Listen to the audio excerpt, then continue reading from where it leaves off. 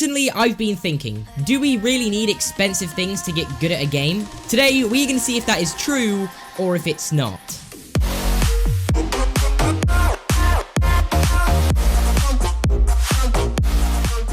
Alright everybody, so today we are going to be doing a comparison between a £50 keyboard compared to a £150 keyboard. So something I've actually been thinking recently is, do we really need to be spending over $100+ or £100+ on a keyboard if we could just spend, I don't know, around 50 or something around there? So for this video, we are going to be using a HyperX keyboard, which I got for about £50. And I mean, it has lights, it looks extremely similar, so what really is the difference? Why is the other Razer keyboard £100 more expensive if they look very similar and they both have, you know, lighting on them? What truly is the difference? Alright guys, and before we do get into this video, make sure you guys do leave a thumbs up. If we get 1,000 likes, I will make sure to upload my 1-month progression from controller to keyboard and mouse video. And also make sure you subscribe with your notifications on if you're brand new and use support creator code I'mFruity. So what I'm going to be doing in this video is we're first off going to be going into a creative so I can just kind of feel the main differences between the keyboards, kind of feel what the keys feel like. I'm also going to try and see if there's any true difference between the keyboards. And then we're actually going to be doing some experiments to see if the more expensive keyboard is actually going to make me better at the game or if it doesn't make any difference at all. And yeah, before we do get in this video, I just want to thank you guys for all the support recently on the channel. Also, if you guys do want to ask any questions down below in the comments, I'll be replying to all of them, so make sure you comment down if there's any questions you have. And let's just get into the video. Cheap versus expensive keyboards. Let's find out the difference. Alright guys, so as you can see, I'm in a creative right now, and let's just pop the hand cam on screen. So as you guys can see, here is my hand and here's the keyboard. So what I'm going to do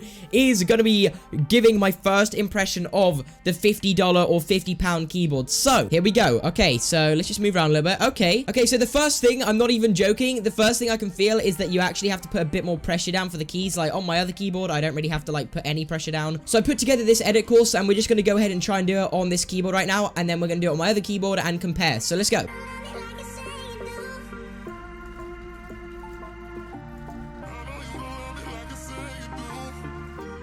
It feels pretty nice. I'm not even joking. For the price, it's really, really nice. Like, if you're just going into keyboard and mouse, this is actually such a nice keyboard. I'm not even joking. Like, the feel of it, I did not expect it to be this good. I'm not going to say too much because I want to go in a real game and see, you know, how it feels to be in a real game and, like, real game situations with it. But, I mean, just for creative and, you know, free building around, it's actually pretty nice. Let's go back. Let's quickly switch to my other keyboard so I can kind of feel my other keyboard again and actually compare them. Yeah, I'm not going to lie. I can definitely feel that this keyboard is a lot more responsive. It's just a lot more responsive in general. Like, you barely have to push down a key to activate the key. It really is a small difference, but I can just kind of feel it. One thing I really like about keyboards, I don't know if you guys do as well, is the sound. So let's just quickly get a sound test of them both.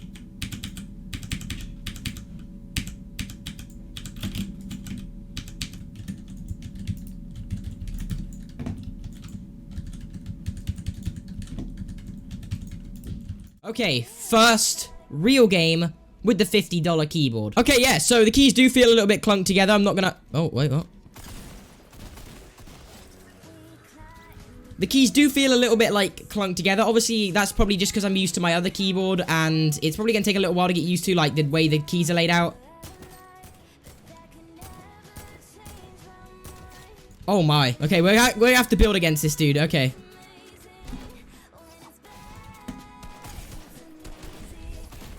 Oh my, okay. Okay, so I may have said this quite a lot, but I am very impressed, okay? I'm not even gonna lie.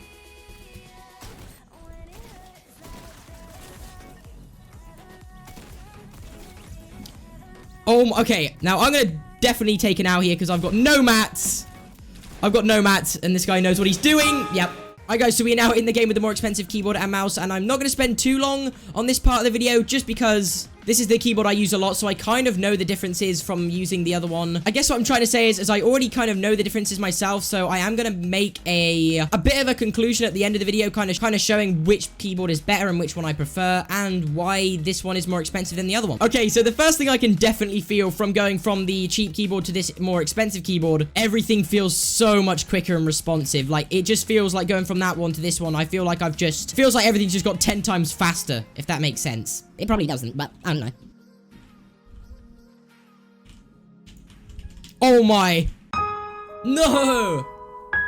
Okay guys, let's get into what the differences were with both of the keyboards from my experiences. So, the whole point of the video was to find out, do you really need a more expensive keyboard to become good at a game, or is there a massive difference which is going to change the way you play the game? The answer to that question overall is no. As I was using both keyboards, it didn't make me better or, you know, worse at the game. There were some things that I preferred with the Razer keyboard or the more expensive keyboard. For example, the activation time. When I was clicking W, it would be an instant reaction and I would get an instant response within the game. But whereas on the cheaper keyboard, it felt like it was a bit clunky and it took a little bit of time. Not really a big noticeable difference, but there was a little bit of time between me moving around from when I actually pressed the key on the keyboard. But the main advantage of the HyperX keyboard is for £50, you're getting an insane keyboard. You're getting a keyboard that lights up and it's a really, really nice gaming keyboard. And if you are going into, you know, moving to keyboard and mouse and you're just getting, you know, your first PC maybe, or you're looking for I don't know, a cheap keyboard, don't feel like you need to get a really expensive keyboard because you really don't. They're both very, very similar, but I would just say the reason I prefer the Razer keyboard is just because it just feels so much more responsive and much more comfy to use. You don't have to press as hard on the keys and it doesn't feel as clunky. It's a bit more spread out. But I mean, that's what you can expect seeing as this keyboard is over £100 more expensive than the cheaper keyboard. So guys, I'm going to wrap this video up right now. Make sure you guys leave a like, subscribe, turn notifications on, comment down below if there's any questions you have. And I just wanted to make this video because, so I did see some comments on my videos of you guys saying that you want to move to keyboard and mouse, but you don't want to be spending £100 on a keyboard.